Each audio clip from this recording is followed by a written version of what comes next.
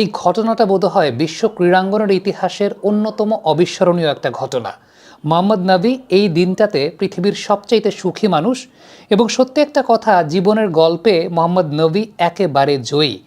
একটা খুব উল্লেখযোগ্য বিষয়ে কথা বলতে চাই, একটু টেকনিক্যাল অ্যানালাইসিসের জায়গাটা দিয়ে শুরু করতে চাই। সেটা হচ্ছে 30 বলে 53 রানের পার্টনারশিপ করেছেন মোহাম্মদ নবী এবং তার ছেলে। এই 30 বলে 53 রানের পার্টনারশিপে আমার নজর ছক্কাগুলোর দিকে ছিল না বা বাউন্ডারির দিকে ছিল না, নজরটা ছিল তারা দুজন দৌড়ে একসঙ্গে 13টা সিঙ্গেল নিয়েছেন, 4টা ডাবল নিয়েছেন।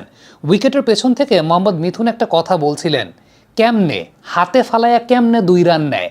এই কথাটা আমার কাছে মনে হয় এই ইনিংসের সবচাইতে বড় ফিচার, এবং এই পুরো ঘটনাটার একটা অনেক বড় ফিচার।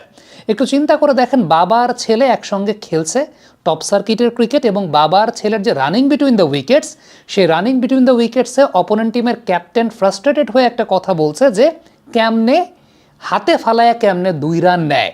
এটা একটা উল্লেখযোগ্য ব্যাপার ছিল। দুজনের যে রানিং বিটুইন দ্য উইকেটস, দুজনের যে বোঝাপড়া, দুজনের যে কেমিস্ট্রি, এটা অসাধারণ। আমরা তো বোঝাপড়ার কথাটা তো একটা জিনিস তো বলে দিলাম, কিন্তু সত্যিকার অর্থে একটা বিষয় চিন্তা করে দেখেন, রানিং বিটুইন দ্য উইকেটস কিন্তু 2 ভাই দৌড়াচ্ছে না, বাবার ছেলে দৌড়াচ্ছে।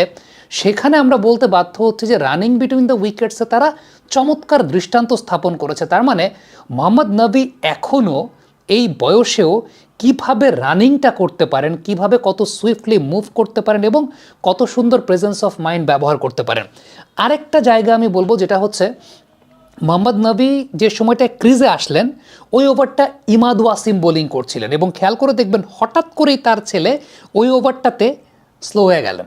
ওই ওভারটাতে স্লো হয়ে গেলেন, এটা একটা ইনস্ট্রাকশন ছিল। কমেন্ট্রি বক্স থেকে রমিজ রাজা একটা কথা বলছিলেন যে এটা নবী তার ছেলেকে গাইড করেছেন যে স্পিনার যেহেতু এই সময় অপারেট করছে, আর ইমাদ ওয়াসিম যেহেতু একটু জোরে স্কিডি নেচারের বোলার, স্কিডি নেচারের স্পিনার, এই টাইপের স্পিনারকে হিট করতে গিয়ে আউট হয়ে যাওয়ার চাইতে পরবর্তী সময় তুমি বোলার পাবা।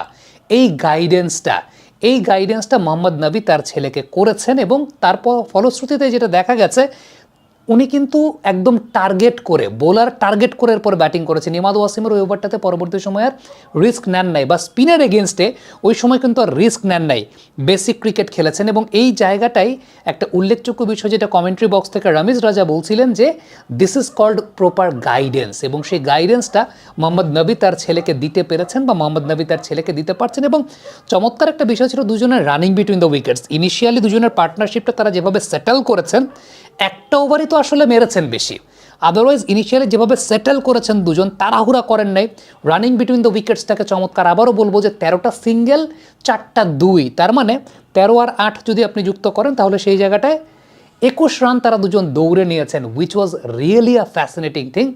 একটা বিষয় অবশ্যই একটু খারাপ লেগেছে, তা হচ্ছে মোহাম্মদ নবী একটা বাজে বলে আউট হয়েছেন। মানে নবী সেই সময় ক্রিজে থাকলে হয়তোবা তার ছেলেকে আরও তিনি গাইড করতে পারতেন, এবং হয়তোবা সেঞ্চুরিটাও পেয়ে যেতেন, এবং সেঞ্চুরিটা দেখতে পেতাম। এবং এটা একটা চমৎকার বিষয়, আমার কাছে মনে হয় যে একটা চমৎকার বিষয়। এর আগে আমি ব্যক্তিগতভাবে শিবনারায়ণ চন্দরপল এবং তেজনারায়ণ চন্দরপলকে একসঙ্গে ব্যাটিং করতে দেখেছি, ডোমেস্টিক ম্যাচেই একসঙ্গে ব্যাটিং করতে দেখেছি।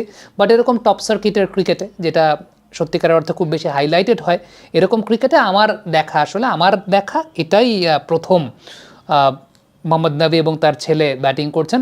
আরেকটা ছবি আমি প্রায়ই দেখি আমাদের বাংলাদেশ ক্রিকেটে, সেটা হচ্ছে রকিবুল হাসান, বাংলাদেশ ক্রিকেট দলের সাবেক অধিনায়ক। রকিবুল হাসান, তার ছেলে সাজিদুল ইসলাম, তারা একসঙ্গে ওপেনিং করেছেন। এরকম একটা ছবি আমি মাঝে মধ্যেই দেখি। সো এইটা একটা দৃষ্টান্ত। আমি তখন রকিবুল স্যারকে জিজ্ঞেস করছিলাম যে হাউ কাম ইটস পসিবল যে আপনারা বাবা ছেলে একসঙ্গে খেলেছেন টপ সার্কিটের ক্রিকেট। সাজিদ ভাইকে আমি কখনো দেখিনি, সাজিদ ভাইয়ের সঙ্গে আমার দেখা হয় নাই, উনি দেশের বাইরে থাকেন। বাট এই গল্পটা শুনেছি যে তারা বাবা ছেলে একসঙ্গে টপ সার্কিটের ক্রিকেটে ওপেন করতে নেমেছিলেন, বা টপ সার্কিটের ক্রিকেটে ওপেন করেছেন একটা সময়। বাট মোহাম্মদ নবী এবং তার ছেলেকে একসঙ্গে আজকে ব্যাটিং করতে দেখা গেছে, which was really a good thing. এবং যে এখনও মানে he is a legendary cricketer, এবং এখনও যে আলটিমেটলি তিনি কতটা সচল, কতটা অ্যাক্টিভ, এটা কিন্তু এই রানিং বিটুইন দ্য উইকেটসের মাধ্যমে বোঝা গেছে। আজকের এই ইনিংসটাতে মোহাম্মদ নবীকে অনেক বেশি মাত্র গাইডিং কাইন্ড অফ নেচারে দেখা গেছে, which was really a fascinating thing. এবং আমার কাছে মনে হয় যে একটা মন্ত্রমুগ্ধের মতো চেয়ে দেখার মতো একটা বিষয়, যে বাবা ছেলে একসঙ্গে পার্টনারশিপ করছেন, এবং সেই পার্টনারশিপটা এমন একটা স্টেজে, যে স্টেজটা আসলে ওয়ার্ল্ড ক্রিকেটের টপ সার্কিট। একটু চিন্তা করে দেখেন, মোহাম্মদ নবীর ছেলে, তিনি মোহাম্মদ নবীকে দেখেই ক্রিকেট খেলাটা হয়তো বা শুরু করেছিলেন, বাবা ক্রিকেট খেলা দেখেই তিনি ক্রিকেট খেলাটা শুরু করেছিলেন। এবং ওই যে বাবার পদাঙ্কটা অনুসরণ করা, ক্রিকেটটা তো আসলে মোহাম্মদ নবীরা যে সময় আফগানিস্তানে ক্রিকেট খেলাটা শুরু করেছিলেন, ওইটা কিন্তু ছিল তাদের জীবনে বেঁচে থাকার একটা উপলক্ষের জায়গা বা বেঁচে থাকার একটা অবলম্বনের জায়গা। আমি উপলক্ষের কথাটা আমার শব্দচয়নে হয়তো বা ভুল হয়েছে, বেঁচে থাকার একটা অবলম্বনের জায়গা।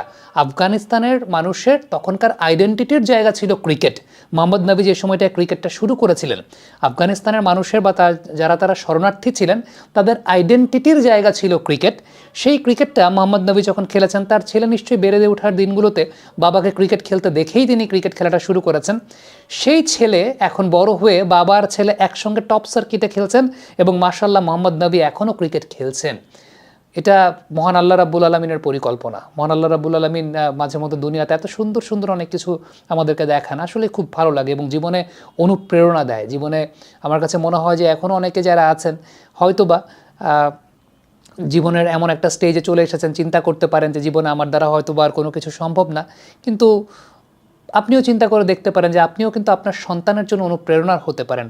আপনিও কিন্তু আপনার সন্তানের জন্য একটা পদাঙ্ক স্থাপন করে যেতে পারেন। আপনি কিন্তু যে কোনো বয়সে আপনার লাইফে একটা ইউটার্ন নিতে পারেন, একটা টার্ন অ্যারাউন্ড নিতে পারেন, যেটা আপনার সন্তানের জন্য একটা অনেক বড় বিষয় হতে পারে বা আপনার সন্তানের জন্য একটা রোল মডেল হতে পারে। প্রত্যেক সন্তান তার বাবার মাঝেই তার রোল মডেলটা দেখে। সুতরাং আমার কাছে মনে হয় যে প্রত্যেকটা মানুষের নিজের কাজে কনসেন্ট্রেট করা উচিত, নিজেকে নিয়ে ভাবা উচিত, নিজের কাজের কনসেন্ট্রেশন করা উচিত। কারণ আমরা প্রত্যেকেই যখন, আমরা যারা পেশাজীবী আছি বিভিন্ন সেক্টরে, প্রত্যেকেই যখন বিভিন্ন সেক্টরের আমরা আমাদের পেশার কাজটা ঠিকঠাক মতো করব না, দিন শেষে প্রত্যেকের পেশার কন্ট্রিবিউশনটাই কিন্তু দেশ গঠন করে। আমরা যেটাকে দেশ গঠন বলি, দেশ গঠন কিন্তু প্রত্যেকের পেশার কন্ট্রিবিউশনে দেশ গঠন হয় এবং সেটা পরবর্তী প্রজন্মের জন্য এক ধরনের একটা ইন্সপিরেশনাল স্টোরি হয়। মোহাম্মদ নবী সেই কাজটাই করেছেন। দেখেন, ক্রিকেট এমন একটা বিষয়, তাদের জাতীয় আইডেন্টিটির একটা বিষয় ছিল এবং সেটা মোহাম্মদ নবী করেছেন, সেই পদাঙ্কটা অনুসরণ করেছেন তার ছেলে। সুতরাং এই কথাটাই সবার কাছে একটা নিবেদনের জায়গা। আপনি অন্তত আপনার পরবর্তী প্রজন্মকে অনুপ্রেরণা দেওয়ার জন্য হলেও ভালো কিছু করার চেষ্টা করুন। নিজেকে নিয়ে ভাবুন, সুস্থভাবে বাঁচুন, সকল প্রকার প্রোপাগান্ডাকে পেছনে রেখে, সকল প্রকার নেগেটিভিটিকে পেছনে রেখে ইতিবাচকভাবে বাঁচুন।